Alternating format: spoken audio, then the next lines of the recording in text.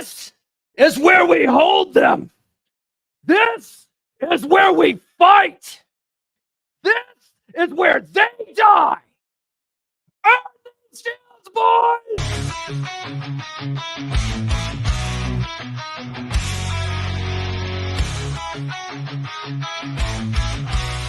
Through the white thunderstorms, we ride on the back of our truckers in a field of strife. Sons of gold, hearts made of fire, conquering lands, fueling our desires. Soaring engines and lightning in our eyes. United we stand, our strength won't compromise. From the east to the west, we sail every road with our warriors. Never feel alone, landscapes of freedom. Beneath open skies, the promised land where our spirits arise. We battle the storms and tides of the sea. Now we've arrived in the land we're meant to be.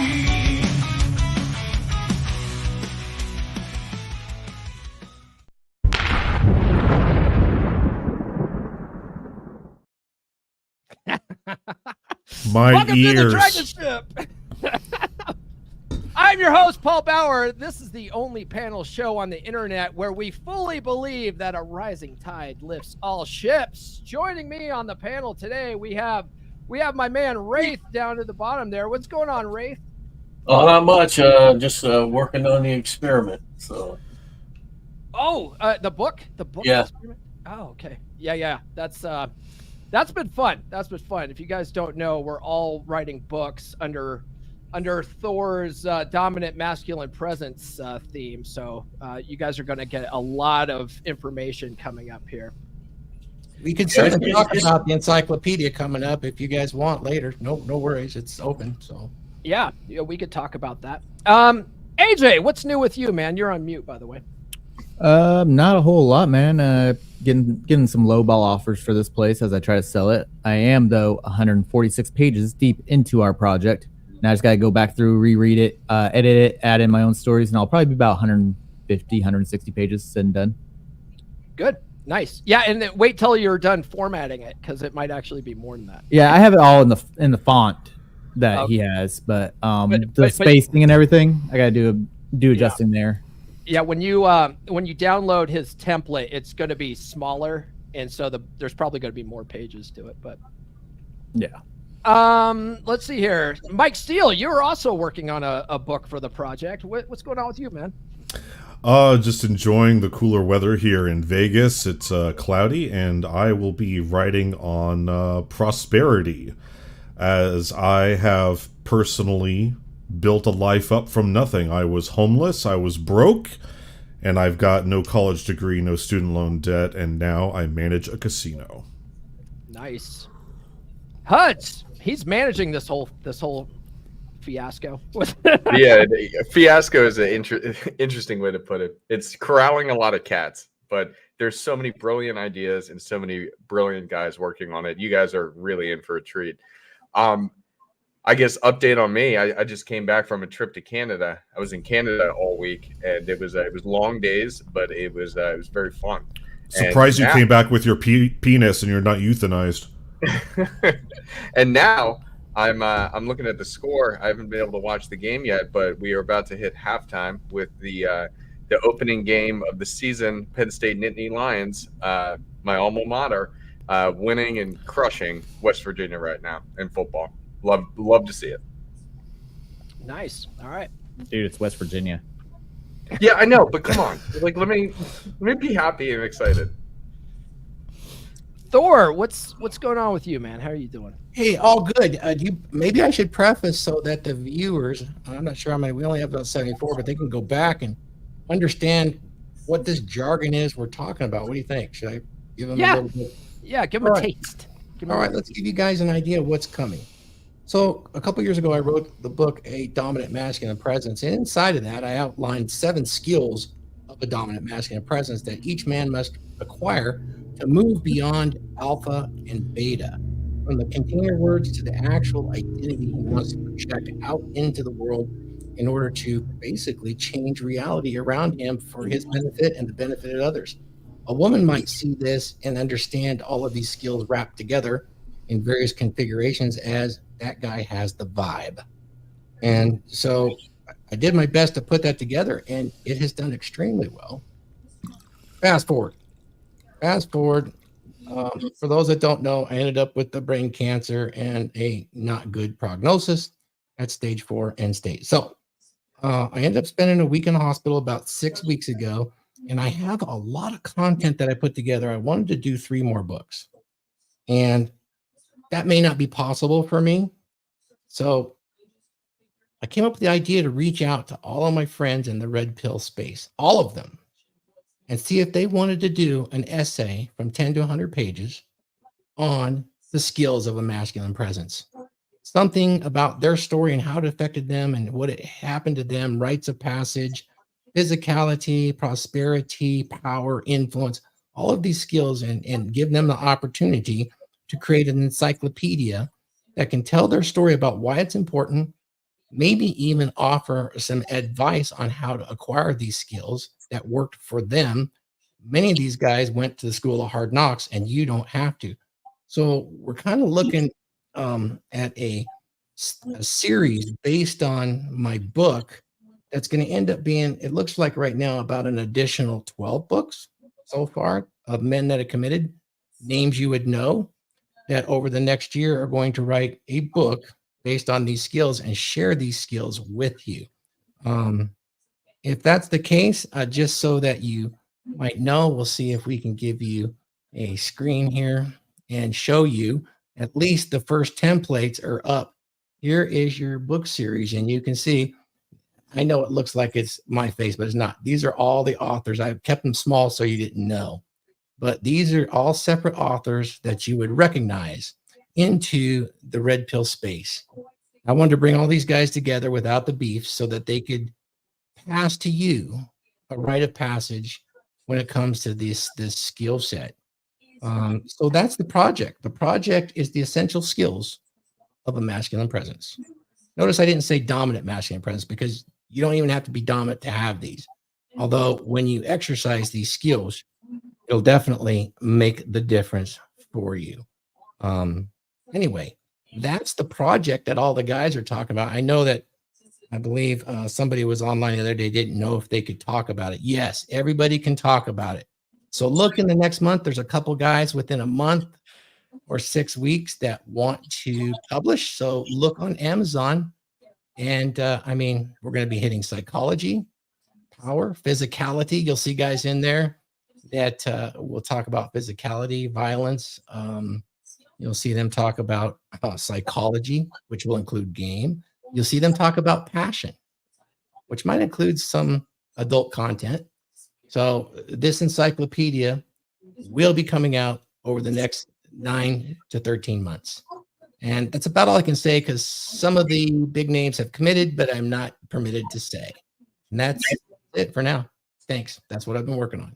Not talking about it. I won't shut the fuck up about it. And it helps me because I really don't have the energy wearing the radiation array and the chemo brain, but I did upload the content that I had all the notes on, so these guys can use it and then add their own flair. They get to get out there and do that. Half the work's done. So hopefully it's a springboard for everybody, and it assists me as well and kind of gives me something to focus on other than wearing this dumb shit. Thanks, guys. That's what I'm working on. All right. Yes, sir. And then Tarl, Viking Paradigm, what do you got going on, man?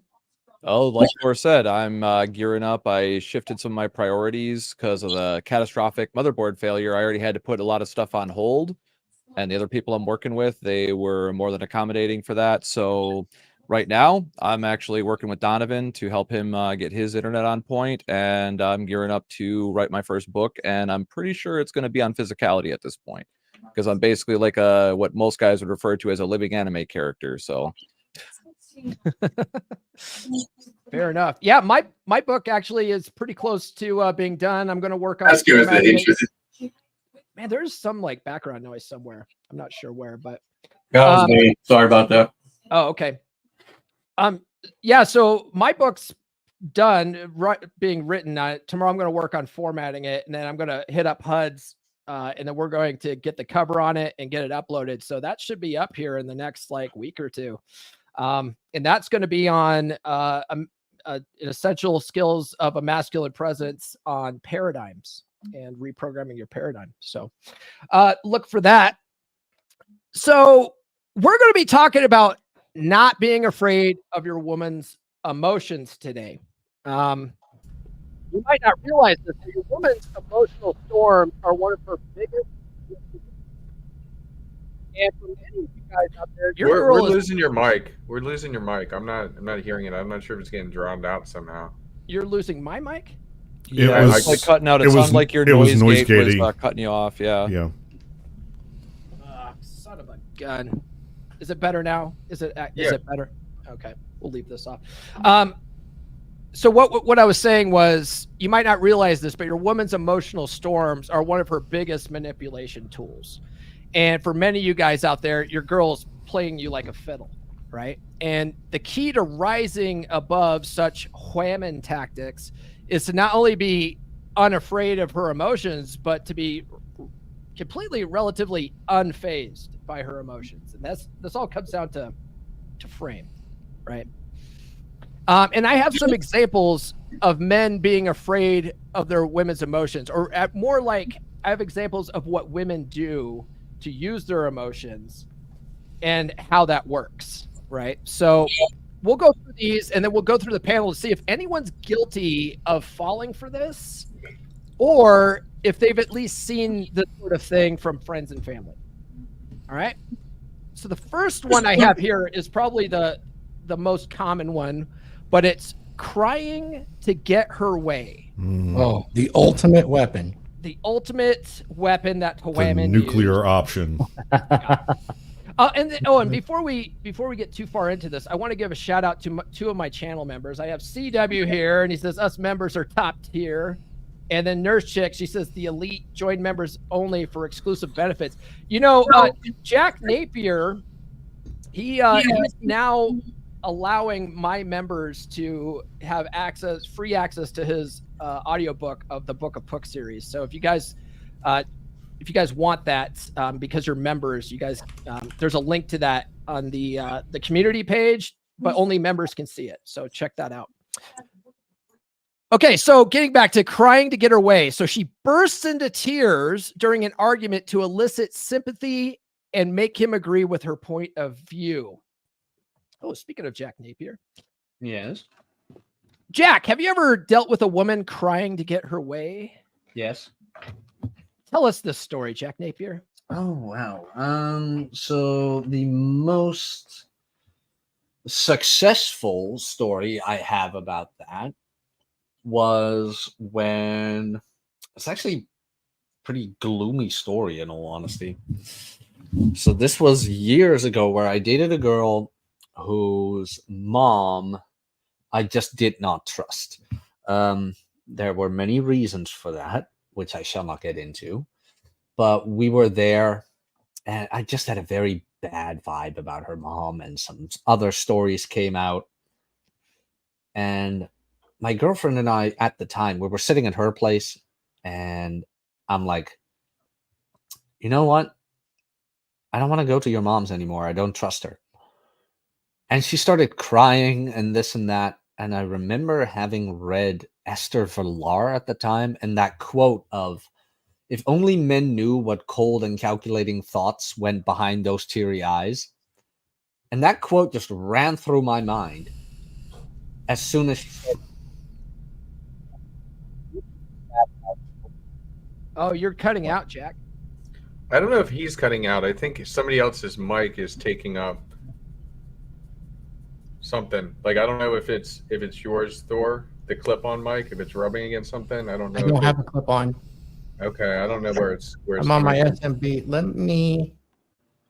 There we go. You know what? Today I added auto levels. Let's take that off. Okay. Which is strange. There is no background noise in here, so it must be a. Yeah, I don't know. But we should be good now, Jack. Yeah, go ahead, Jack. But no, but I remember telling her, like, you being upset about it won't make me trust your mom more. And I stand by it. And funnily enough, she immediately stopped crying. Like, oh shit, I can't get my way. Like, yeah. Yeah. So you weren't afraid of her emotions. You just said, "Hey, I'm doing this," and No. she's like, "Oh, okay," and then stopped. Yeah. Oh, but there were plenty of times where it did work, where you're like, oh shit, I really am doing something wrong and this and that. And that's where I every now and then still fall in the behavior of wanting to try and fix it, where now I realize more keeping the peace is not my job. Like, don't be afraid of her emotions. Like, they're not my job. If she wants to be upset about something, that is fine. Sure, be upset about it. But stop going after it, trying to fix it. That is not my job. Truly is not my job. It's like I said, I had to learn that the hard way. I still fall into it every now and then. Yeah. That's where flogging comes in. You know who I imagine has never once fell for a woman crying is Wraith. Wraith, you've never allowed that to bother you, have you? Maybe with my first wife, because she wasn't overly emotional. So when she cried, I knew something was wrong. And so I would go try to find out what was bothering her. My other two wives, they've always been very good about just coming out and saying what's bothering them, even if they're crying. So, but like I said, that was my first wife. When she cried, I knew something was up. Interesting. Nuke, women crying to get their way. Yeah, it doesn't matter if she's your wife or girlfriend or just a girl you're seeing on the side. Eventually, she will call you crying or cry in front of you. It's very important that you understand what's going to happen to you based on your biology. You're going to want to help because that's you want the tears to stop. So your man brain is going to be like, what do I have to do to keep this woman from crying anymore? What's the problem? So I think every woman is different. Some women will call you crying because they just want someone to talk to. That's fine. You just let them. And then someone will try to manipulate you. You just gotta be savvy enough to know which one it is. And most likely women that you love will be the ones to use the tears against you more than like a casual girl. That's what I've seen. But don't be afraid of a woman's emotions. Like they're emotional creatures. How many guys are always talking about women are emotional, but when the emotions come, they treat her like a man. What's the problem? Tell me, how do I fix it? I'm like, no, dude, just let her talk, let her cry it out. And then a lot of the times, I don't know, especially you guys that are married, I know you guys have seen your wives or girlfriends. As soon as they finish crying, they go back to normal like nothing happened. They're like, okay, let's go get some ice cream now. It's a phenomenon that happens if you just sit back, let the emotions happen, and then don't try to fix everything. Just move on, and you'll be fine. It's like it's not about the nail tape thing, right? Just there's nothing for you to fix. Just let her do it. Yeah. And then yeah, go ahead. Sometimes I've not picked up the phone for a girl I've been seeing. She was crying because maybe, she's out stuck somewhere without gas or, her dad yelled at her or whatever. And then the next day I'm like, hey, what's up? What happened? It's like, oh, no, I was crying last night. And I'm like, what about? And they're like, I don't remember. And I'm like, wow, that's you guys take these crying so seriously. Unless it's obviously you got to like analyze, like, some women cry because something really is off in their life, but for the most part, a lot of the crying is just they'll forget the next day what they were even crying about. So don't take it that seriously. But don't I see a lot of men, they operate in the extremes. They'll either go full bore trying to fix it, or they'll go full bore trying to ignore it. Yeah. And if they try to fix it, it makes them angry. And if they try to ignore it, it makes them angry. You just gotta listen. Just listen. Just listen. Yeah. Yeah, that's all they Yeah. want. That's all they want. What that was a big thing that I learned is well, luckily Nurse Chick doesn't talk, so I don't have this problem with Nurse Chick, but well, that was one of the things I learned was women most often don't want you to solve the problem; they just want you to listen. And when you realize that you don't have to solve the problem, it's a huge relief off your chest that it's not your job, So when she's got this thing and she's just working through it, just go, yeah. And how does that make you feel? Nurse Chick's done this where she's had problems at work and she's, she has a kind of a stressful job. She deals with death all the time. And because she's a hospice nurse. And so sometimes she'll have, an emotional thing that she's going on. And my inkling is to try to give her solutions to it. And I'll catch myself and go, do you want me to listen or do you want some advice? Right. I have to catch myself. I asked that question. I say, are you venting or do you want me to solve this? Yeah, that's smart. And she goes, I'm just venting. I said, okay, go. Yeah. Then all you gotta do is just be an active listener there. Let me give a shout out here to John. He just became a member. Thank you so much, man. I'm gonna give you this one.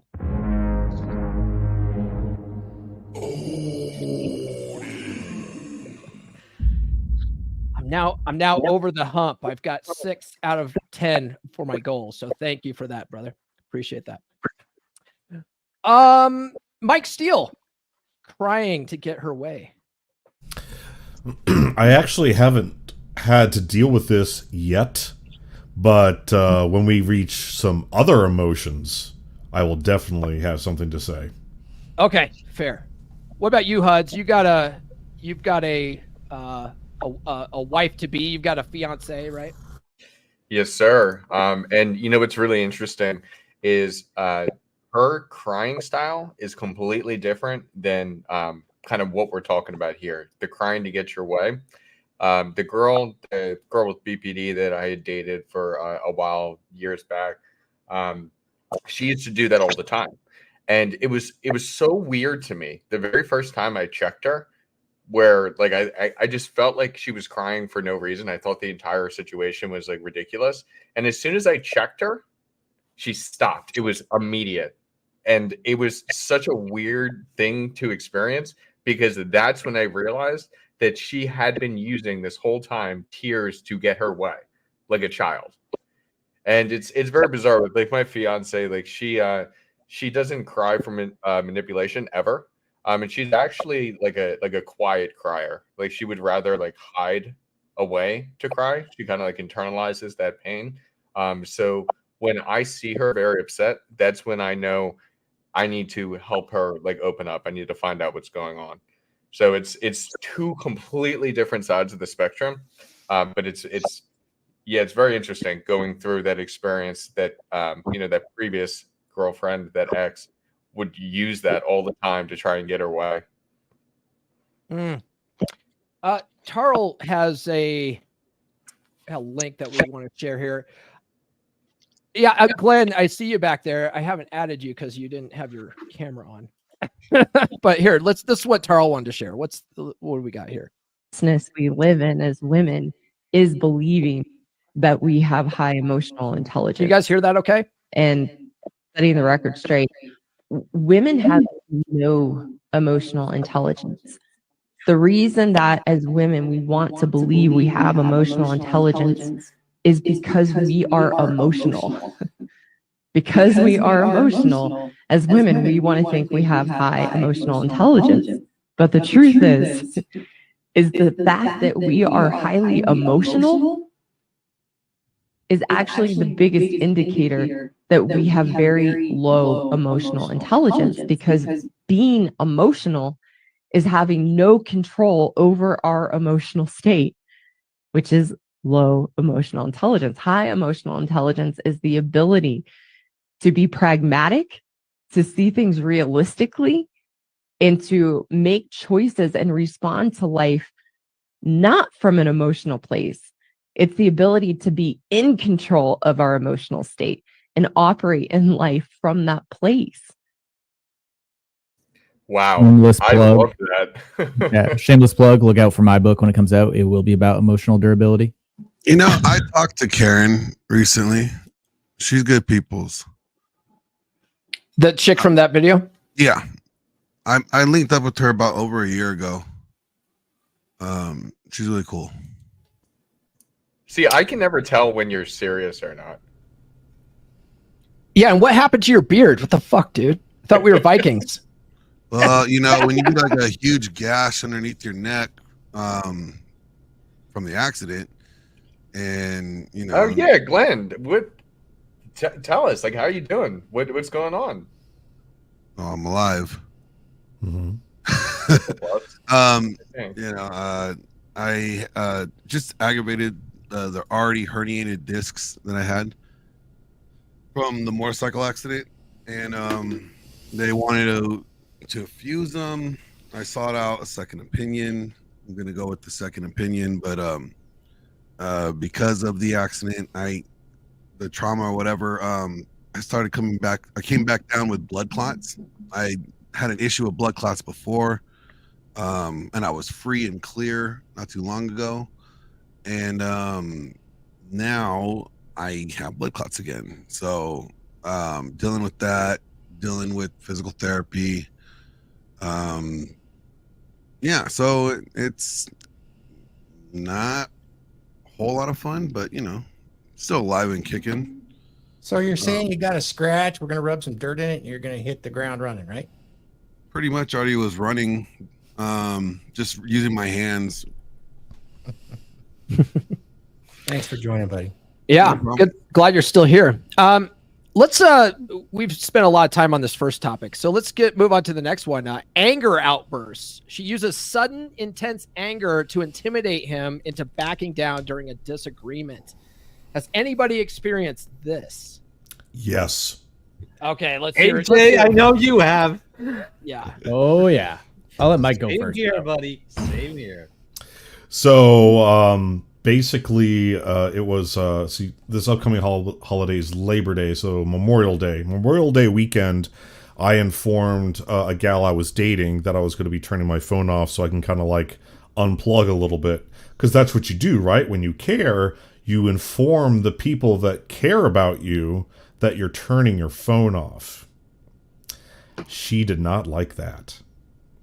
And she lost her fucking mind and went off on a screaming fit about how I'm abandoning her and this, that, and the other thing. I don't care about her. I'm a selfish a-hole, etc., etc., etc. And I'm like, okay. And I turned my phone off. And then the following Tuesday, when I turned my phone back on, I got the wall of hate. Brr, brr, brr, brr, brr, all the texts, all the hate, all the anger. And I just said, we're done. Send, block. I hadn't encountered that before. The other types of angers that I've experienced were when I first got to Vegas, I got called a fuck boy. So I was pretty proud of that. But thank you, Lindsay.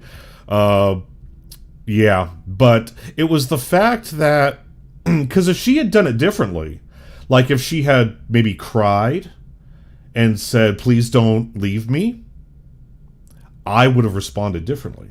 I would have been like, baby doll, I'm not leaving you. I just need a little man time, okay? Kiss, kiss. Okay, I switched off your alarm. My bad.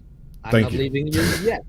I'm not leaving you yet. But the anger, the cussing me out and all that just told me, like, if she's going to lose her mind over me turning my phone off, how bad will things get? And so that's what told me, nope, we're out. We're done. Yeah. Very low emotional intelligence in that one because, medium is the message, right? So what was the problem? Well, you were turning your phone off. So she started thinking, oh, maybe he's cheating on me. Maybe he's just trying to set it up so that way he can have that alone time with somebody else. And what was she doing? She's sending walls of text, which means her schedule is open. So what was she really saying? She wanted to spend time with you and fuck your feelings, right? And she didn't know how to communicate that correctly. So what did she do? She chose violence, right? And went off on you and lost the relationship because of that lack of emotional intelligence. She didn't know how to process her own feelings about you saying, like, I'm going to do my own thing. And she's like, my schedule was open. I want to spend time with you. She didn't know how to say that. And once again, I'm just spitballing here, but just looking at it from the outside, that's what the medium screams to me. That's the message. She wanted to spend time with you and didn't know how to fucking say it correctly. Yep. I mean, that's kind of where this whole thing comes from when we're talking like using crying for manipulation or using anger for manipulation. These girls, they don't know how to communicate, but they know those emotions. So that's why they react that way, because they're also used to using those emotions. Like whenever they act that way on that side of a spectrum, they get a response. So that's what they get used to doing. Yeah. Yep. Well, and it also starts when they're toddlers, and they start acting up and throwing tantrums, and they realize they get their way. Well, they just never grow out of that. Yeah, that's what I was going to say. Up until that point, every other man in their life has allowed them to do it. Yep. Yep. Women are only as shitty as we allow them to be. AJ, what's your story on this? Here we go. Oh, I call this the Rule Zero fiasco. We'll go with the Rule Zero fiasco. This will cover several of these examples. So before the suppository of the red pill fully took effect on me, this is December, about literally a month before she left. And I had just gotten back from my local Black Rifle Coffee, brought her coffee back with me. And I'm like, ooh, Rule Zero's on today. I'm going to catch it live. So that's all in my mind. I'm going to catch Ryan and the boys talking stuff. This is before Paul was on there. I think even Thor was still fairly new on there. But anyways, she's like, hey, can you help me rake the leaves in the lawn? It's December. We get leaves here in Texas. I'm like, sure, I'll take care of it after I watch Rule Zero. And she starts the manipulation. She does the whole thing. And I'm like, you know what? Fuck it. I'll go do it myself. We're past the amen mark. So I'll go out there. I start raking leaves. I'm like, this is bullshit. Let me go pull out the lawnmower because it's got the bag on there. I'll just start sucking up leaves. Sure enough, it works. So I'm sitting out there having a blast now, sucking up all the leaves. She starts freaking crying and saying, I never want to do anything for her. I never want to help her. Keep in mind, she doesn't pay any of the bills around this place. The only thing she has to take care of is her car bill and her credit card bill. Everything else is covered by me. Give me some friggin' slack here. Of course, it's not going to happen. That starts a whole huge fight where I actually have to leave my property before it gets so bad because we're having an argument. I have some friends over. She's on the front yard and she starts yelling, get the fuck away from me. All angry like and stuff. This is like, keep in mind, like 20 minutes ago, she's like, I love you. And then she does all that stuff. I realized what she's doing. I'm like, you know what? You're fucking gaslighting me right now. She's like, excuse me. She has a whole narcissistic injury blow up happen. She starts charging at me. I fucking slam the door shut. She runs right into the freaking door. I go through the house. My garage is on the other side. Go to the garage, get in my car, back out, and start driving away. Get a hotel room for the night because she was about to get physical. It wasn't the first time she'd been physical because there have been times where she'd block my path, grab onto my wrist, slap my wrist, that kind of stuff. And I never did anything because she weighs 95 fucking pounds and 4'11". At the time when we were dating, I was bouncing between 185 and 205, and I'm 5'8". I'm going to jail. Yeah, you don't. Yeah, it's crazy. Anytime you get into that kind of physical confrontation, you get the fuck out of there. Yeah. Well, it's kind of deja vu again, right? Because what was the medium again? She wanted you to do something with her away from what you were doing, right? And instead of doing what she wanted, which was to spend time with her and do something with her, she didn't get her attention. Right, so then you spent it with the lawnmower instead. Yeah, you went out and started having fun, and then you had a breakdown again. How dare you have man fun? So, he was jealous of that lawnmower. But once again, that's the thing. They want attention, and they don't know how to communicate their feelings correctly unless instructed to. So once again, it doesn't even have to be a personality disorder. Any woman can do this because of that lack of emotional intelligence and control. Right, men do this too. Right, that lack of emotional control is inherent in men these days because how many men act like women? I kind of disagree with you there, buddy. Oh, here we go. Let's hear it. I mean, there are plenty of women like this. She asked him like, "Hey, you okay if you want to do the leaves?" And AJ was very clear, like, "Yeah, I'll do the leaves when I can do them." Like normally, normal people, let's be honest here, even normal women will go like, "Well, okay, thank you." And then if he hadn't done it the day after, and she get pissed off, then it's like, "Yeah, nah, that's pretty legit." But she immediately went into that manipulation of, well, oh, I'll do it myself then, blah, blah, blah, blah, blah. Immediately the guilt tripping. Immediately the shaming tactic. Whoa. I said, fuck it, I'll go do it myself. Like, don't worry about it. I'll go get it taken care of. Yeah, And then then I realized, hey, the lawnmower is going to make it go a lot faster. And I'm having fun. Yeah, and that failed the shit test because you already had said that you were going to watch Rule 0, and then she gives you the shit test, and then what do? You go and do it yourself. So you didn't give her the attention, and you didn't stand your ground on your frame on what you were actually planning on doing. You changed your plan for her, and then also ignored her. It was a double whammy. So even if, I'm not saying she didn't have a personality disorder, she very well did, right? A normal woman could, a well, mental state woman could withstand that. Right. But any woman can get set off. That's why I was framing it the way that I was, because guys need to know if you do that, if you fail those minor shit tests, they will cascade into other bullshit when you don't recognize what's going on. Yeah. Like I said, I hadn't fully gone red pill yet. I was on the journey. This is the very beginning. Yeah. Oh yeah, we all have stories. We all have blue pill stories. Yeah. If you guys want to know the most important shit test, or I would say the most important anger shit test that you must absolutely be able to pass. It is for your survival. A woman hitting you. That is an incredible. Like, if there's anything you want to learn about women and like shit tests, a woman hitting you, especially striking you in the face, that is where you have to think about what could happen in that scenario, right? Because if you hit her back, you might do irreparable damage to her, right? If you don't leave the scenario, you might get cornered. The male brain is really good at that fight or flight response, right? And when I got hit when I was like 22 I was dating a girl, and I definitely did not deserve it. She was kind of crazy. She might have been BPD or something. And is the strangest feeling in my life where I got hit in the face and I wanted to strike back. Like, it was a split-second decision. My brain was telling me, dude, you're going to die, fight back. And I had to, every single cell of my body I had to hold back in order to not do that. Because if I did, I wouldn't be here right now. I wouldn't have been able to do what I did in the Navy.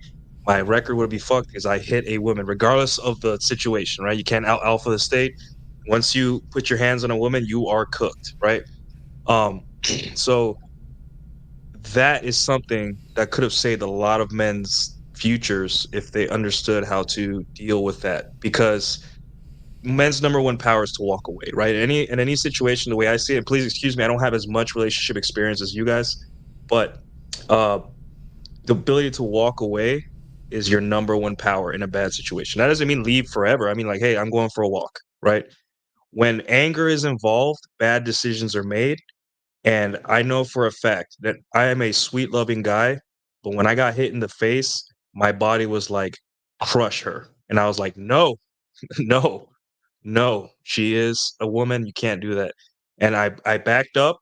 I made sure I wasn't bleeding or anything. And then I looked at her and said, let's talk some other time. And I walked away. And then I saw a friend. I'm like, dude, come talk to me. I just got hit by so-and-so. She's like, really? He's like, really? Yeah. And then a couple of days later, I said, hey, let's go to a public place so you feel safe. Let's talk about this. And we sat down in the college square. And while we were talking, she started crying, just tears. And then she apologized, right? But in that moment, had I decided, to go with my instincts, I would have not been here right now. So, guys, if there's any shit test you want to pass, it's a woman hitting you, because there's so many things that could ruin your life in that split second. You don't want to deal with that. So my question to you, Nuke, is after that, and she was crying on the bench and all that in the park, did you continue or did you drop her? I mean, like physically drop her? I mean, no, the Randy Orton, you know. Give her the RKO out of nowhere. Just Look, give if it to women, the rock if women bottom. want equal rights, they need equal lefts too, right? I mean, Okay, all right, Paul, hold that's on. terrible. We're gonna get canceled. No, but I do want to And say, canceled. I do want to My say, I do want to question say, is this: I how do you guys let these women into your lives? I wasn't experienced. That's why I was 22, so I didn't know a lot about women. I thought that a lot of men confuse women being like crazy and violent as investment. Like, oh, she must really like me. She must care so much about me. And in reality, I'm like, no, dude, she's just a little bit crazy. So as a young guy, you need to understand that just because a girl is invested in you, like being crazy is not investment. She'd be crazy with any other guy, right? This is just who she is. And you need to run. That's how BPD girls destroy men, because it's that investment. Plus, I don't care. Now I care.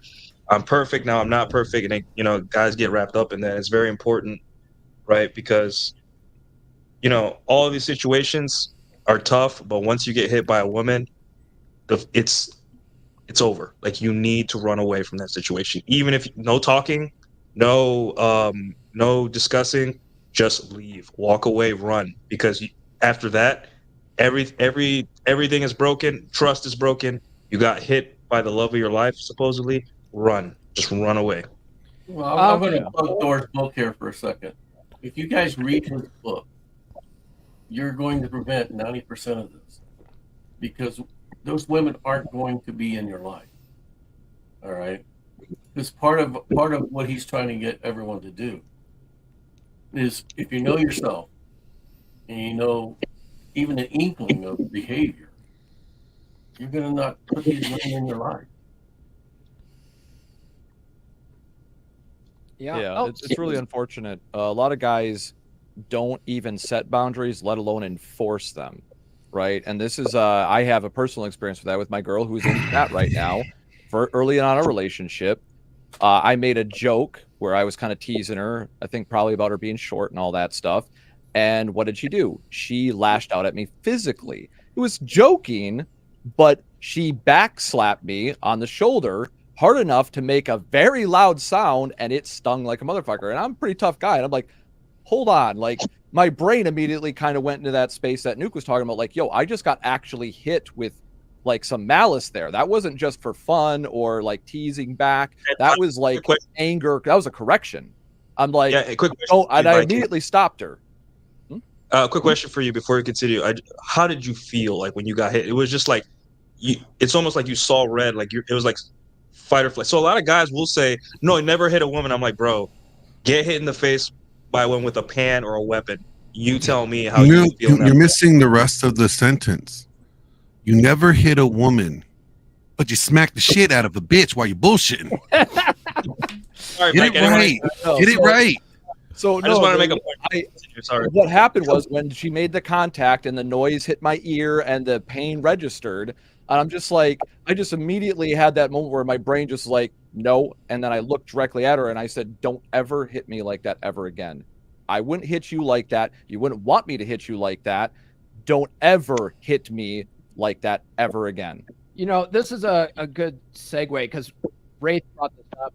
Thor does have a book that will help you guys with this. Let's play a commercial for that, and then I want to get to Red Hawk here. He popped in. He's a big deal. You know, he's a Rule Zero panelist now. So let's get to Thor's book, and then we'll talk to Red Hawk. Have you ever felt like you're fading into the background?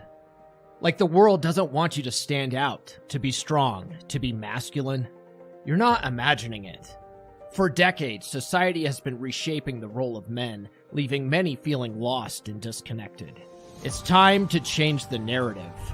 In A Dominant Masculine Presence by RP Thor, discover the path to reclaim your strength, your confidence, and your identity as a man. This isn't about fitting into a stereotype. It's about embracing your natural traits and honing them into a powerful presence. Learn the 7 skills that every man needs to lead with authority, read body language, and control his emotions. RP Thor breaks it down with clear examples and practical advice to help you transform your life. It's time to stop apologizing for who you are. It's time to lead with pride and courage. A Dominant Masculine Presence gives you the tools to do just that. Get A Dominant Masculine Presence by RP Thor on Amazon or listen on Audible. Don't let society dictate who you should be. Claim your strength and redefine your future. Man, you got the best voice, Paul. I just love it. Really, it's like smooth as butter. And I'm so excited about the project because every man here is going to add to that in such a practical way that it's really going to pay it forward. And you know that here as dragons, what we say, and that's the rising tide lifts all ships. That is the rising tide, and we are all a big part of that. I appreciate you guys saying that. I do have something to say a little bit about crying. If it hasn't been prefaced, with all my relationships, women cry different than men for different reasons. An emotional outburst to cry at you to get you manipulated is very different than the cries they normally do. They'll cry for their period for reasons. Mm-hmm. They do this, and if you look it up, it's biological. It releases endorphins, vasopressins. You ask them, and they always feel better. And sometimes you can ask them that they're crying, and they don't know why. I just need to cry. And when they're done, they feel great, which is interesting. Also, biologically, women, when they hear an infant crying, it changes their brain chemistry massively. It doesn't do that to men. Although I'm looking at a study here where they ask questions, looks like most men feel that they have failed if a woman they're involved with, and even women they're not involved with, are crying in their presence for any reason. If it must, I have to speculate, but it's got to do something with that security and provisioning, that men naturally feel as part of the species. So women definitely know that if they amp up that game, they can push you in a certain direction.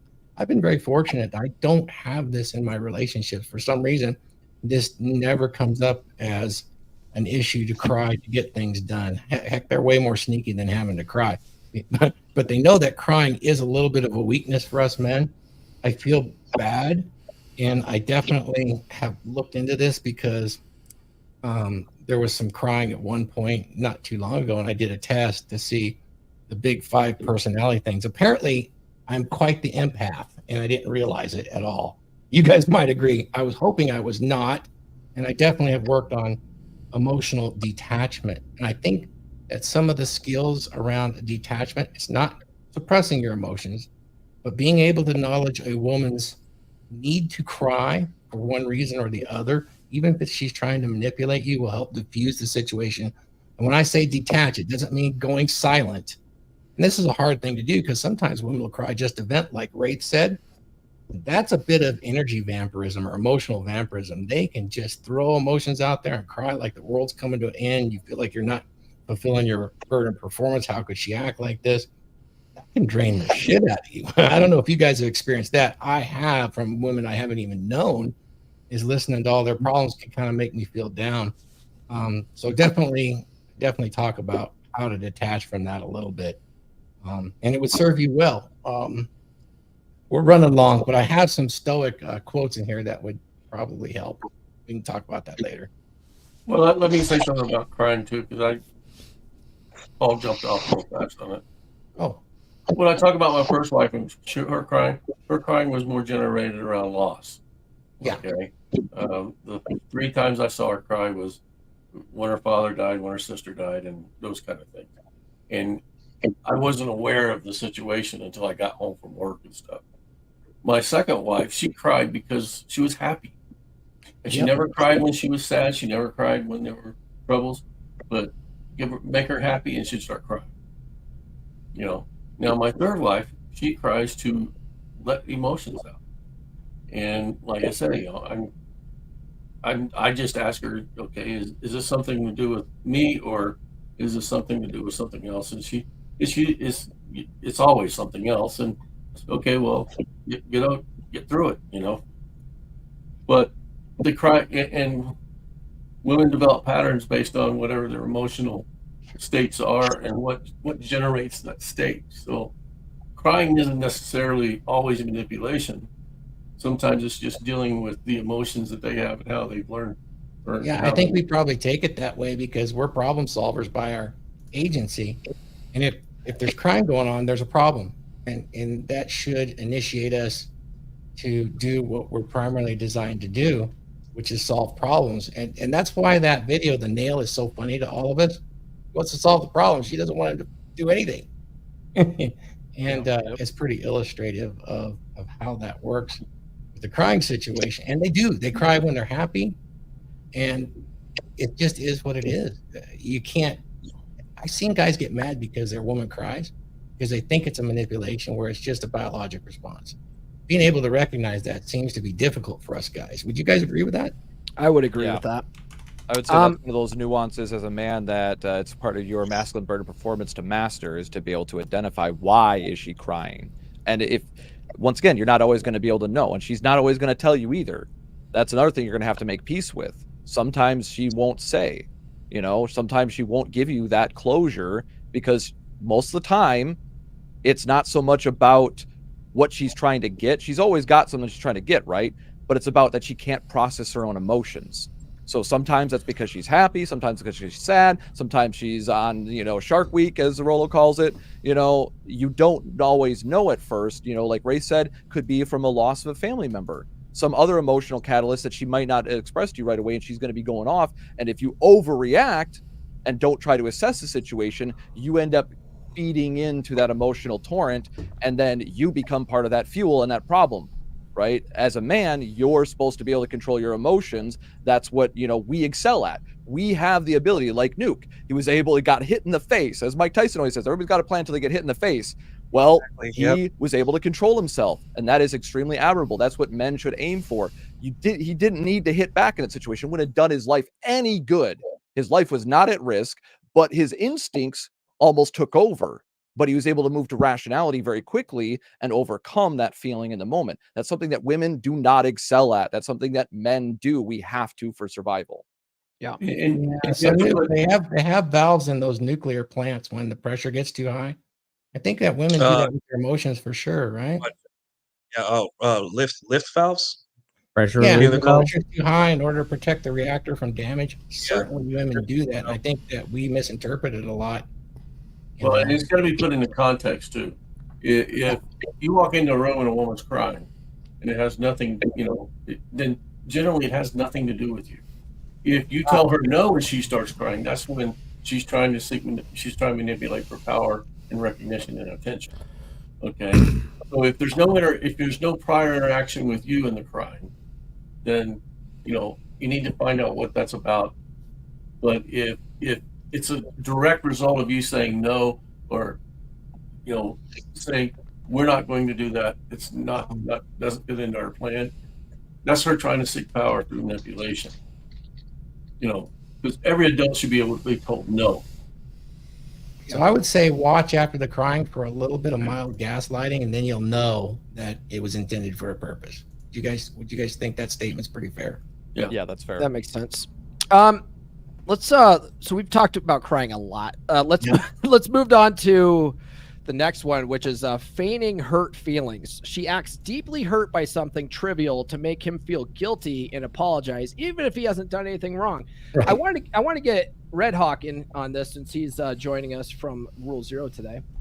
Hawk, have you experienced this, sir? Welcome to the DragonShip, Hawk. Grab an oar. You're muted right now. Hold on. Yeah, fucking mic was acting up. Yeah. What's up, fellas? How we doing? We're talking about women using emotions to manipulate men, and this example here is feigning hurt feelings. Have you ever experienced that? Oh yeah, all the time. I think one of the ones that I'm sure all you guys can experience is you get into a situation when, say for example, you have a hobby that you participate in, right? Like funny enough, I'm getting into fencing. I know Thor has something to say about that, but it's like you have a hobby, right? And it's something you like to do on a Wednesday night or something, and the girl wants to get you to invest more time in her instead of you and your hobby. Boy. And she'll pretend that, you are offending me because you're not spending time with me and you're going to spend your hobby. We were talking about crying there as well, more manipulation tactics and the like. But I think one of the things that screws up a lot of guys is because we are living in this long-house, gynocentric social order and such, you're kind of ingrained from a very young age that anything you do as a guy to upset the woman is why she's getting upset in the first place. And it's really not the case. It's not your responsibility to make her happy. It's not your responsibility to ensure that every single moment or every single issue that she's having is your responsibility to fix. And talking about what you guys were talking about with crying and such, manipulation tactics of crying could definitely come into that quite a bit. Hold on, fellas. I'm sorry. I'm getting another call here. Hold on. Man, I thought you were a professional podcaster. What the fuck? Yeah, what was that about? Yeah. Huds, you wanted to add some stuff, at least to the anger outbursts. Oh, yeah. I mean, all I wanted to say on that is essentially this should be a hard rule, fellas. If a girl is willing to hit you in the face, there are very few exceptions to not immediately leave that relationship. Yep. Because that is like the number one don't do and like sign of disrespect. And if she gets away with it, then she knows she can get away with basically anything. Yes, yeah. Throwing knives, throwing plates. And actually, while Hawk takes care of that, I did want to ask the guys a question.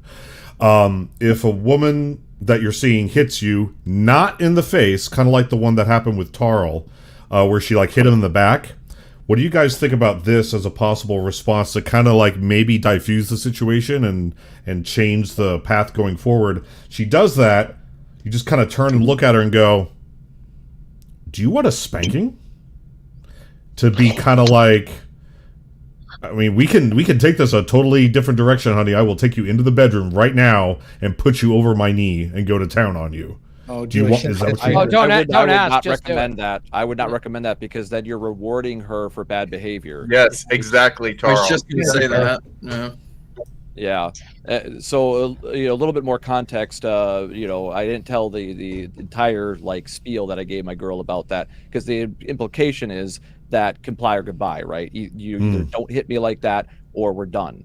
Right. And I didn't have to say that overtly, but I explained to her scientifically why this matters. When you hit somebody casually like that, you are reinforcing a violent action in your brain. So you know that old just punch a pillow instead of fight the bully bullshit from the 90s, right? That's actually wrong. That reinforces violence in your brain by creating a pattern where you're associating another human being with striking, even if you're not planning on doing it. You have now reinforced a violent neural synapses in your brain to be formed. So what happens is when your girl starts doing those like backhanded taps like she did on my right shoulder, that it seems innocent at first, but you have to correct it. And that's what I did. I just explained to her, like, if you're in a relationship and you're hitting somebody, even if it's teasing or even if it's a joke, you are reinforcing a violent narrative in your own head. This leads to abusive relationships. I wouldn't hit you that way, even as a joke, right? Because I could do more damage. So you shouldn't hit me. Even if you can't do damage, you're still going to make that violence reinforced in the brain. Now, same thing as a topic of the hitting in the face. Why is that so bad versus like, say, hitting in the shoulder? Well, there's another scientific reason behind this that my street fighting instructor taught me. Is when he was a bouncer, he said there's a difference between a fist and a slap. Is a fist is for damage, a slap is for pain. And the thing is, your face has a large majority of the nerve endings. Your nose, your lips, this part of your face is hardwired for lots of input. So if somebody hits you in the face, that's why it's so hard to overcome that violent response in Nuke's situation, and why it's so actually impressive when you actually think about it, is that because of how much pain gets triggered, it is designed to invoke a actual emotional response from you by inflicting damage and actual anguish. So if a woman hits you in the face, she is literally trying to hurt you. And if she's trying to hurt you, that means she doesn't like you. Yeah. An argument is okay, but violence of any type with hands on, coquetry is not a good response at all, because in a lot of ways, when you do that, particularly if you're doing it with sexual innuendo, women's primary agency is sexual. So even if she says you're being disgusting and this and that, her brain hears it, her body hears it, it would be a conditioning response you don't want. One of the things I do when I do my lectures is talk about compassionate cognitive conditioning for the girls, and that would be, she punched you or slapped you in the face, and then you went into coquetry, sexual innuendo. It's just, well, it seems like you're doing. I think what you actually meant was we're just arguing, and then you can kind of play with that back and forth. But yeah, if she's at the point where she got actually physical, that's something you probably wouldn't want to do. Yeah. Okay. Let's Well, get Jack. attention. Guys, let's get Jack in here so that he can get going, and Jack. we can bring Glenn back up. Yeah. Hold on. Where is that damn thing? I just had it. There. Yeah, it's a very old post by Fuck MRP. Great guy. You cannot fear her emotions. I put it in the chat. It's not long. You okay if I read this real quick? Yeah, go for it. So, okay. It's not your job to keep the peace. Nothing changes while you avoid confrontation. Choose your battles, but know when you change your behavior to avoid her emotions, she controls you. Never argue with her. She's not interested in solutions. Make your statement about the issue and then broken record if need be. For people who don't know what broken record is, it's actually very simple. You make a decision. Let's say she wants something. You say, we're not going to do that. She starts arguing with you. Broken record. We're not going to do that. Oh, but you're so selfish, blah, blah, blah. We're not going to do that. Yeah, but you never treat me with anything nice. We're not going to do that. It's all you do. You just repeat the first sentence over and over. That's broken record. Where was I? Do not explain yourself, your logic. You're only offering her ammunition. Be happy even when she's mad. Ignore her silent treatment. Talk to her as if you don't notice. Tease her and see how childish that shit is so you never behave that way again. Be assertive when boundaries are crossed. The best time to address shitty behavior is while it's happening. Bringing up old shit makes you look weak. So very simple. If something happened last week, it never happened. You don't have to answer every question. Not everything needs a response. Take time to choose your words. Let her wait or wonder. Never deny your emotions. She knows when you're mad. She knows when you're mad. Own it, just don't direct it at her. You are allowed to be angry.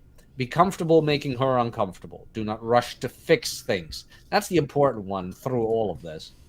Do not initiate apologies she should be making. Your time is what she wants most from you. This is the best thing you can take away in response to bad behavior. Her only weapon is your fear of what she will do. There. It's in the chat. Go read it. I'm hopping off because the panel is a bit full. I'll see you guys later. And see you soon. Cheers. All right. Bye, Jack. Later, Jack. I'm jelly for that Lego. I know, right? Which one is it? He got the D&D. Oh, it's out? Yeah, he's out. He took a picture of it in his car, in the backseat of his car, buckled up, and sent it to me this morning. I'm like, you bastard. It's pretty sick. It's pretty sick with the dragon. You masculine geeks. He's been building it like all morning. He's like 1/3 of the way done already. Glenn, turn your camera back on. We'll bring you back up on stage, man. If you're still there. There he is. All right, we can bring this guy back up. Glenn has. You mentioned that about the breaking up if she does hit you, and I told myself, like, if she hit me a third time, she got me twice. If she hit me a third time, I was gonna do it. Now thinking back, I'm like, once and out. Yeah. A lot of times guys do that. They're like, okay, one more time. Okay, now this time didn't count, but the next time it's like, because that one wasn't that serious. So yeah, one more. Okay. Yeah, and then you just go into a cycle loop. Exactly, Paul. Yeah, you're deluding yourself. I agree with the article Jack wrote. Jack read. I don't argue. If you want to discuss, we'll discuss. But if it turns into an argument, we're done. I argued for 10 years. Biggest mistake of my life. Yeah. I don't argue. Glenn, you wanted to jump in on some of these. Yeah.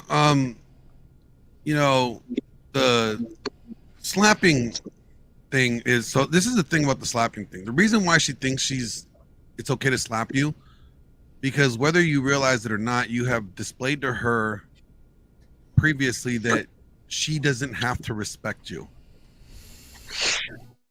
because that you're not worthy of respect. You have allowed her to devalue you in some form, or you have self-deprecated to the point where she sees you beneath her. And there's many you know, I would say data points you could look back on that show that you did something that this was going to lead up to it. For example, I go as far as saying the moment she calls you out your name or you call her out her name, that means yes, you're in a heated argument and you go, you fucking cunt, right back right there. All right, you have lost respect for her. And if she, says this, something similar to you, you have lost respect for her, or she lost respect for you. And they'll probably try to chop it up as in they just said it because they were angry. No, she's expressing what subconsciously she either is ignoring or that she truly feels about you when she's either not aware of it quite yet or whatever. So there's always something that you could look back to that would indicate that slap or that assault, because that's really what it is. It's assault. That assault was going to take place and you allowed it. You either have created the environment where she could feel safe enough and justified enough to do that to you. And she knew that the consequence was not going to be there. And that's the thing that a lot of guys, they want to point out, and they're like, oh yeah, she's some crazy bitch, she slapped me. Well, even crazy bitches know who and when they can and cannot slap. So the realization is that we have to kind of also reflect on us and be like, okay, how have I played a role in this? Like, I had one woman slap me. Now she's known as half a face. No, I'm kidding. But she really did have half a face. She had a stroke and then half her face froze, so I call her half a face, and that's why I got Dude, slapped. what the fuck is wrong with you? One thing I want to add to what Glenn's saying, and a lot of people don't realize this too, but a lot of the way we deal with arguments come from the way we were taught from our parents, right? If a girl's mom argues in a way where she called her dad names and she throws things and does all the stuff, that gets programmed into a girl's subconscious on this is how we deal with arguments in relationship. And then they perpetuate that. It becomes a really negative cycle. And so a good way of sort of identifying that early on is when she finally brings you to meet the mom and see how mom treats the dad, if dad's still around. If dad's not around, well, that's a red flag by itself, but I think another topic that is tangential to what you were just talking about, Paul, and you, Glenn, is the concept of escalation. Glenn gave the example of just verbal escalation to the point of, oh, well, you called the girl a cunt. Well, now the argument is well, you can never ever say that word about me. You can never call a woman a cunt, right? And now is a tactic to subvert the argument that you're having and go into another topic. Or like Nuke was just talking about getting slapped. That's another form of escalation. And unfortunately, well, I wouldn't say unfortunately, but given the state of laws in play now as well, is that anytime you escalate as a guy, that spells trouble for you. So having tactics of de-escalation, knowing that, okay, no, I'm not going to lay a hand on this girl. It's a fucking stupid idea. It will serve you very well. Yeah, guys, I got to say something here. Escalation to violence is not normal in any way, shape, or form. We're talking about it like it happens in every relationship. It is not normal at all. It is becoming popular, and it's really bad situation. Is not normal. It's becoming popular because men have provided too much of this I'm a safe guy bullshit.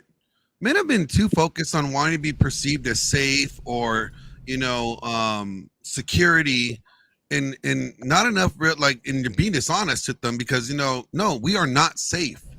There's nothing fucking safe about me. All right. I'm sorry, I don't know what that means. Projecting as if there's not going to be any consequence, that she is safe with him, that she is safe in the sense that she is not going to be disciplined or that she won't feel consequence for her actions. If she's a normal woman that has emotions, That's You're doing your irrelevant part, to the this will point. never come up. But what I'm Well, saying it's I- irrelevant. It's right. irrelevant to the point where when it's like she's a normal woman. Normal women 50, 40 years ago know the fact that they couldn't fly off the handle and assault a guy. What? But Hold on. we have been projecting this safeness. I'm actually agreeing with you. It's that I know. that men aren't men, how they select and maintain their presence in that relationship avoids all of that violence situation, and drawing when the violence comes up, that is really not normal. I don't know how that's become acceptable, but you're right, it is acceptable in a lot of ways. I can't blame the men for that. It takes a woman to swing her fist. There's no way. I blame boss Actually- bitch movies where we have all the female superheroes that beat up the men. That's what I. That's Well, what I It's lack of emotional control, right? That we talked about before. Exactly, Guys have been exactly. taught like defective girls, and they're taught to get in touch with their emotions, and that you need to let your emotions out, not that you need to control them. Right? I was taught in martial arts that I needed to control my emotions, or my emotions would control me, and I would gotta hurt the be ones nice, that I right? love the most. So I mastered physical discipline and mental self-control, and that wasn't easy to do. It's not easy. If anybody that tries to act like it's easy, like, you see how many people can't do it today. How many men could control their emotions but aren't? How many women could control their emotions but there aren't? The system enables them and encourages them to go to those emotional extremes and dwell in those emotional spaces. That's and what because happens? we're not taught Chaos. to control. We're taught to express our emotions. And there's right? no consequence. Men have not enforced the consequence. You guys asked just not too long ago, how many guys stayed with a girl after she hit him? And like Hud said, the third time it's done. Well, you have displayed to her, you have reinforced to women that it's okay to hit you, just not 3 times. Yeah, you won't right? do it. You won't really do anything about it. Yeah, You're a exactly. pussy. So it's like, so by the time they actually hit you the third time, they're already done with you, and they know that, and they're just trying to let you know that they're done with you. They've by that completely point. lost respect. Let's do this one last example, and then we can go ahead and go around the horn here. The last example we'll go with is emotional blackmail. She says things like, if you really loved me, you would do this, using his feelings for her to manipulate him into compliance. Have any of you experienced that? Yes, and it was coupled with the righteous indignation, like, "Oh, how dare you have a hobby?" It was basically, I told this person, it was a nurse, by the way. I told this person, Thursday nights I do shit with the boys because that's when the boys are free, and so I prioritize that. And she basically did all the guilt tripping and all the emotional manipulation to try to say, well, I'm high maintenance, or if you cared about this relationship, you would spend more time with me. One night a week. I couldn't even have it with the boys, with this girl. So that did not last either. Because and this was, guys, to put things in perspective, this one was so obvious, I was blue-pilled, and I ended that dating relationship when she started doing that. Yeah. Allow me to throw in a wrench to this conversation. Wow. Okay. Go ahead. Here we go. Are you sure you were a mechanic? No. I am a electronics technician. I wouldn't know how to use a wrench properly if I had held at gunpoint. But the wrench is walking away is honestly one of men's greatest powers, right? But what if she's your wife and she has your kids and she does this behavior? This is a real life scenario that a lot of men face when they get married or they get into invested relationships, whether they share a house together or something. But we need to understand too that not all men can just walk away from a situation like that. So the best we can do is learn how to be assertive, like the book When I Say No I Feel Guilty teaches us about fogging and teaches us about broken record, different techniques that kind of reassert what you want without having to raise your voice, without having to use ultimatums, without having to, God forbid, use violence or threaten with violence, right? Which is the ultimate loss of frame for a man. So like pretend that your wife or your girlfriend is like, we're going to my sister's this weekend, and you hate going and you'd rather stay home or do something else. You simply say, I'm not going to your sister's. She's going to start guilting you. All people do this, right? Well, you always say, you always said that you were going. Like, why did you change? I'm like, I no longer want to go. I am not going to your sister's. Well, you're a bad person because you lied to me. I understand how that makes you feel, but I'm not going into your sister's. And that can go on for an hour, right? But if you keep holding your ground, right, instead of like kicking your wife or girlfriend to the curb over this, you can learn how to be assertive. And this is part of the red pill that a lot of people don't like to talk about, because everyone thinks that you can just kick women off to the side easily. Like, I'm such an alpha macho that I could just kick whatever hoe that disrespects me. I'm like, what if she's your wife? What if you love her? You know, what if you What have if you got children? a mortgage and shared assets and children? Yeah, it's not so easy. Well, see that's where it comes into the serious. Like, how important is this to you, right? My ex was one that slapped me, but no, she didn't have half a face. She had a whole face. And once she assaulted me, actually, this was after I confronted her about her affair. I took my son and we left. You know, we dipped out. And I had custody of my son for like a year before she was able to get custody and all that other stuff. And that year he was 4.0 student, honor roll recipient. You know, he was great. Greatest year for him academically, and just himself, just overall performance. But after she got custody, when she called CPS and all that stuff, got all that involved, after that we went down the hill. Yeah. And so no, you do leave. I left the house. I left my assets because it was that important. So as soon as, like, Nuke, what you're saying is like, well, it's important if these things are not going to be affected. Well, either an assault is important, period, and it's that dangerous or that damaging to the relationship, and you want out. I think it's situational, right? Like, I would say assault is a very a slap is an assault. As soon as somebody hits you, it's an assault. Any unwanted touching is an assault by definition. Well, I'm more touching on, like, for example, I saw a video and it went viral on Twitter. I think it was a year and a half ago, where a couple were doing a gender reveal for a baby that they were going to have. She was pregnant and he was, standing next to her. And I think he messed up the gender reveal by letting a balloon go early so they couldn't pop it. Yeah, I remember. Oh, well, I mean, then he deserves it. I mean, come on.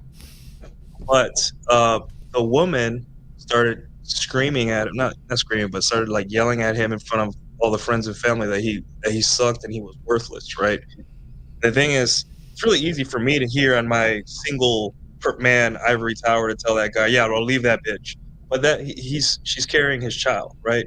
And they look like they have a house together.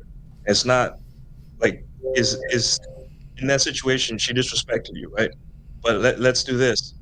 Maybe she disrespected you because you suck, right? Maybe you're out of shape. Maybe you have no game. Maybe you haven't, you haven't done, because if you suck with a girl in a relationship, you're gonna suck with the next girl and the girl after that. So let's do this. Let's find out what I can do better first, right? She may be a bad person, but let's focus on myself and get better. And by the time I'm where I'm supposed to be, you can look at her and be like, oh, the reason she disrespects me is because I suck. And if she still disrespects you, and you're awesome now, you can move on and be awesome for another chick, right? But always focus on yourself first and take accountability for yourself first, because women play off you, right? All their emotions all depend off you. You are this. They will look at you, and like a couple of the guys were saying, they will make assertions and stuff based on who you are. So we can't just kick these, like a woman that's pregnant with your child obviously, if it's something very serious, obviously there is nuance to this. If a woman hits me, whether she's pregnant or not, I'm out. Like, it's done. We're going to court or something. But it's not the right answer to just say anytime you have a disagreement with a woman, every time a woman tries to infringe on a boundary, you can't just run and be like, all right, bitch. But see, what's important is there's a distinction that we have to. It's not every time a woman is upset and you get in an argument with her. It's the fact that once they pass this line, where because it can only get worse once you start there's the disrespect to the point where your bodily harm is not their concern. They want to harm you physically. That harm will only escalate if you allow it to continue. And it's not so much whether it's not so much whether it's not so much whether they will continue to harm you, but it's actually the opposite. You need to be more concerned on whether or not how much of this you're going to take until you react with harm. And it's only it's a matter of time where a guy will end up reacting out of frustration, anger, and outburst in the same manner just to neutralize hers. I think it's kind of fair to say then that there should be some non-negotiables, right? Like, right. So physical abuse, cheating, stuff like that, like, yeah, leave, right? But other things, I think what Nuke's saying is kind of along the lines of what Ryan teaches in Dread, which is if you're thinking about leaving your girl because you think she might be a shitty wife or whatever, and you start working on your map, she makes an excellent sparring partner, right? To practice your shit on, because she's seen all your bullshit, right? So if you can run game on your girl again after she's seen all your shit, you're in a better chance when you go into your next relationship. Thor wanted to finish his thought on the physical slapping thing, and then let's go ahead and go around the horn here. Hey, thanks, guys. I appreciate that. Yeah, I'm a little slow in the language thing today. I just wanted to make clarification based on the conversation we had earlier about the slap. I want to be really clear here on how I think about this and how I think the Red Pill thinks about this, at least from my perspective. And what it is you'll find even in our space and in the faith space, if a woman slaps you, somehow it's the man's fault. He set it up. He didn't put any expectation in and all of that sort of stuff. Somewhere it's blaming him. That is extreme feminist viewpoint that should have no place ever inside of our sphere, because that right there, when someone does this and moves, they made that choice, regardless of what you did in the past, whether you set boundaries or not. That is not your fault. Now, that's like saying to a guy whose wife had cheated on him with 6 different guys in the span of 4 weeks. Oh, honey, you made me do it because you weren't nice to me, or you didn't do this, or you didn't pay the bill. Somebody made the choice, and it wasn't him, regardless of whatever boundaries he set. This isn't. Now, you may be responsible for not paying attention to this person's personality problems that would lead to violence in that situation.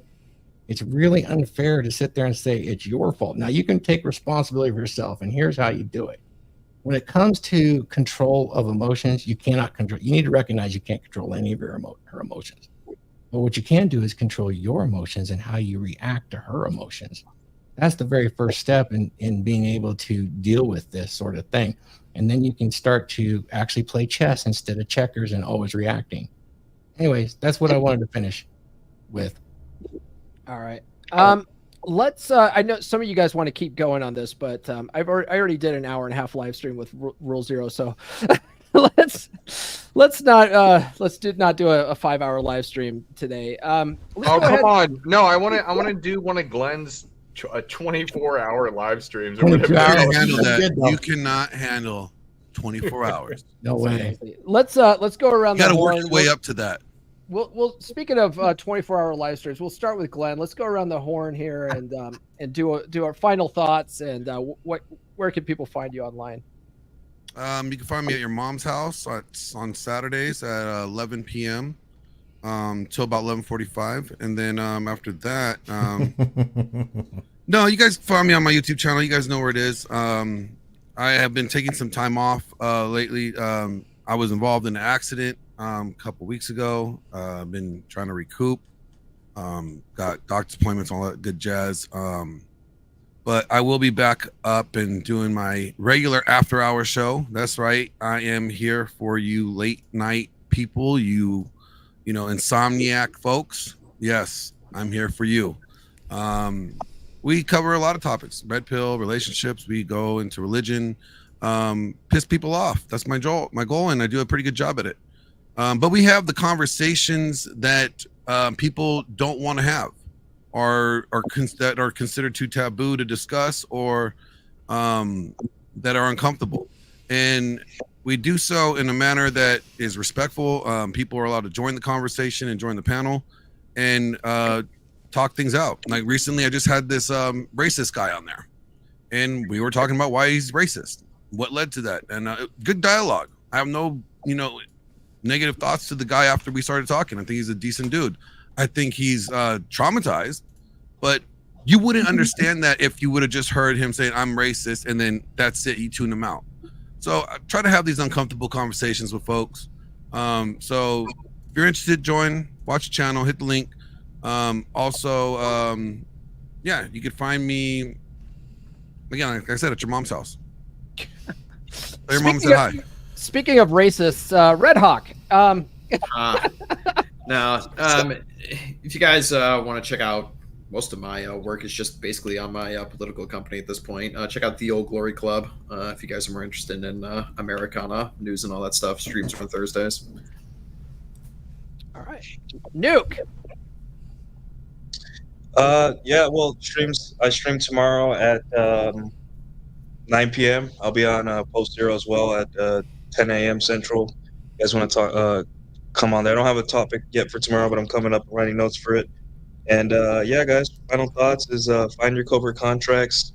Don't be afraid of a woman's emotions. Learn how to be assertive. Remember, having a job, a paycheck, and having muscles doesn't mean your girl's always going to agree with you 24/7 all the time, right? There's a religion that does that, and it's called Islam, and none of us are Islamic that I know of, right? So for the most part, we have to learn how to talk, be assertive, using our, grabbing our balls as men and being like, no. And that is the number one thing that people in this space that follow this stuff, that binge on this stuff, have struggled with, right? They love watching hour-long podcasts about how to be a man, but when it comes to their wife, the woman, even their sister, their mother, any woman in their life, they cannot tell them no, right? And you as a guy need to understand why. Why are you afraid to tell a woman no? And every guy has to figure that out for himself, and it's all you got, the power to say no and the power to walk away. So, all right, Wraith. Let's see. I'm in the process of writing one book and starting to write another one. One for Thor, which is going to be on frame, and I'm like 9 chapters in right now. So it's probably everything that I've ever done with frame and all the years of coaching and stuff I've done. So it should be a good learn, and it's also going to have some techniques for how you develop frame. So the other book is mine. Is my if you know anything about me, my thing is masculinity 101. That's going to be the first book I put out for myself. So you want to get a hold of me, I'm on Wraith_Detour on X, Facebook, Telegram, and Instagram. A little bit about the subject. If you're a young man, or even if you're an old man and you're in a situation where you're having problems in your relationships, and that's all your relationships, because if you have problems in your personal relationship, you're probably having problems in your professional relationship. Before you decide to change jobs, before you decide to date another woman, start working on you. Get your stuff straight. You're allowed to have standards. You're allowed to have boundaries. You got to figure out what those are. And part of the frame will help you do that. And everybody else's advice will help you do that. But you've got to start with you. That's all I got, Paul. All right. Huds. You're on mute, by the way. Yeah. Hey, not my first rodeo. So, yeah, this topic is very interesting, and I did want to get into at some point, and maybe we do it on a different show, is some of those other tactics that are used, like specifically the silent treatment. So when it comes to the emotions, when you're trying to work through something and or there's something going on, or maybe you don't even know there's anything going on, and then she just goes silent and cold because she wants you to do something for her. That's going to be an interesting one to talk about in the future. But as a whole, what's going on in my world? Well, finally back in mission control, as I call it, back from the trip that I had. And I'm continuing to do the work with everybody here on their books. I'm super excited to see where that's all going to go, because everybody has so many great, grand ideas that are touching literally every different area. When Thor says encyclopedia, that's the truth. It's an encyclopedia where everybody has their own unique experiences in a specific area that then you're going to be able to get anything that you want wherever you're lacking. Outside of that, my Men of Now community is continuing to grow. We are having a lot of fun together. So I will drop the YouTube channel in the chat if you guys want to subscribe. What we're doing is we're doing a complete history of the Manosphere, Red Pill, like how everything came to be where we are today. Last week, because I was gone, we had posted an interview that one of our guys, Renegade Wingman, Josh, went ahead and posted. It was an interview he did with Michael Sartain. And I think everybody here knows who Michael Sartain is. So definitely tune into that. It's like, I think it's like a 30, 40-minute interview, so it's not too long, but lots of great insight in there. And then on top of that, if you do want to join the community, or if you want to join, I mean, there's a lot of different communities here, whether it be Men of Now, whether it be the Dragons, whether it be Beer Club, like definitely take a look at that, because it's all about covering your blind spots. We all have blind spots. Let's be honest about that. And so by being a part of men's communities like this, you really cover, you got your back. You got your back. But great discussion. That's all I got right now. All right. Mike Steele. Thank you very much for the gracious invite, as always, today.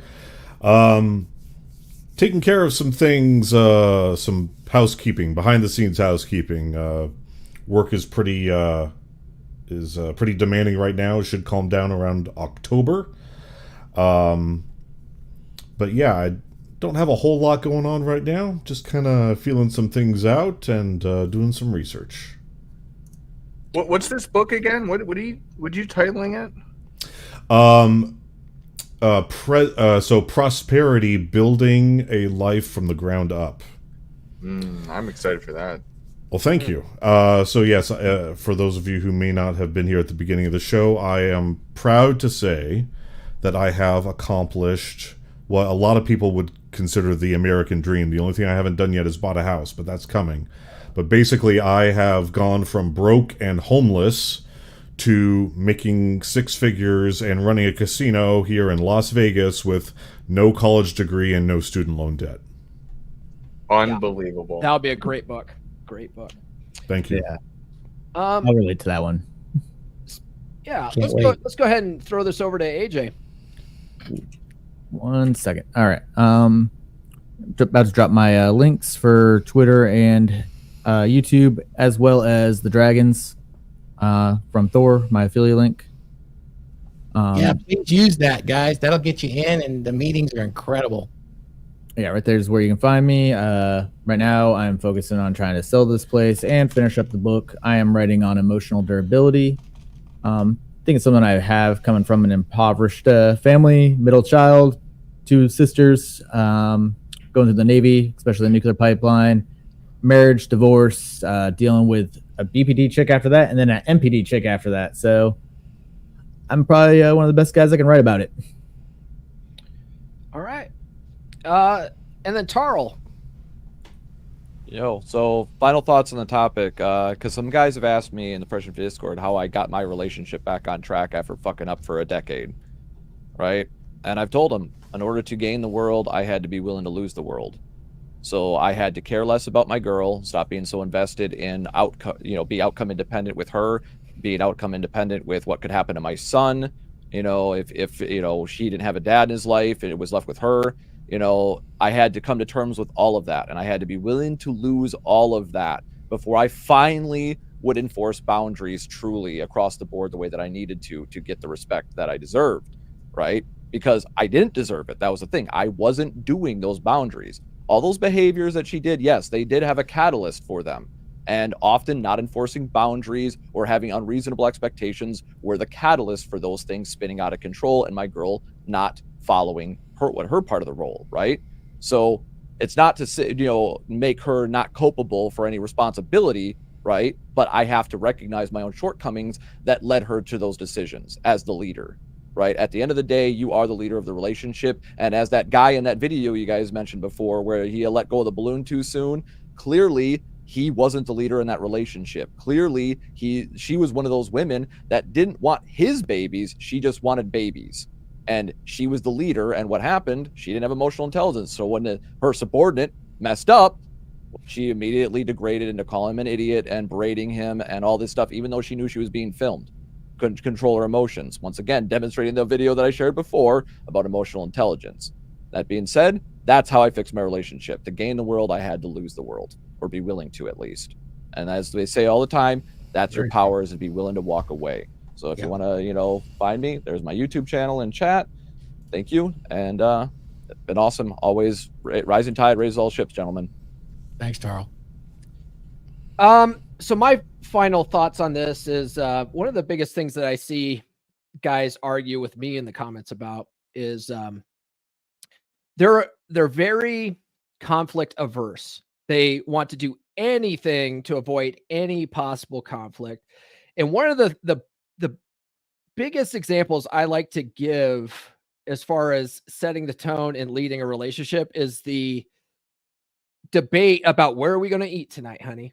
Right? Because every guy hates that, but every guy is afraid to make a decision because he doesn't want to make his girl upset. He's afraid of her emotions.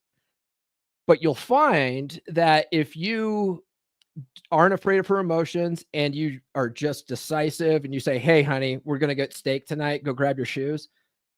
99.99% of the time, she's going to say, oh, okay, yeah, that sounds good. And she'll go grab her shoes. Like, you'll never have an argument, right?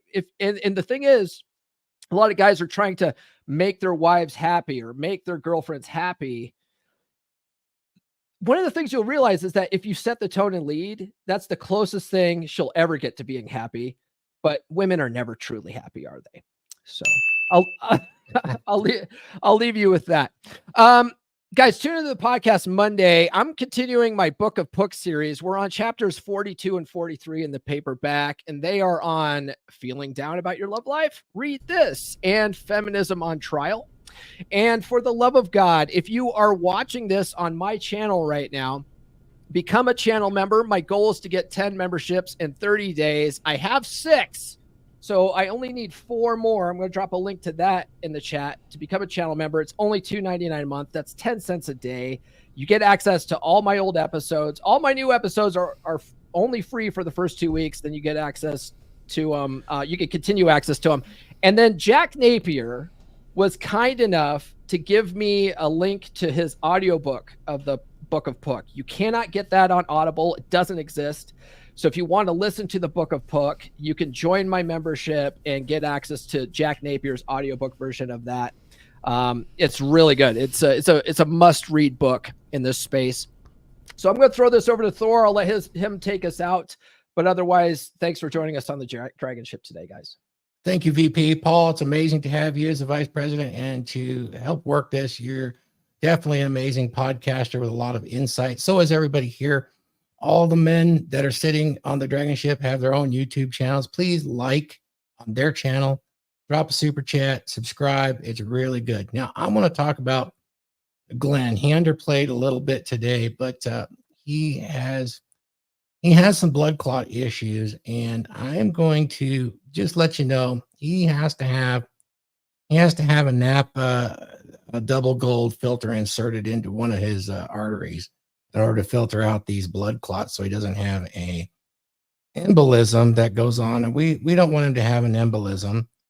He's got to get that blood thinned out and definitely get that filter installed. I hope it's a premium filter there, Glenn. But, you know, I know what it's like to lose your income due to medical. At that point, not only do you lose your income during the procedure and the recovery, but you also, you know, you got to get back up to speed, go to work, and then they like to hit you with all of the medical bills and try to just, you know, really wipe you out. And that's what happens here. I think this is probably unavoidable for my long lost Viking son, Glenn.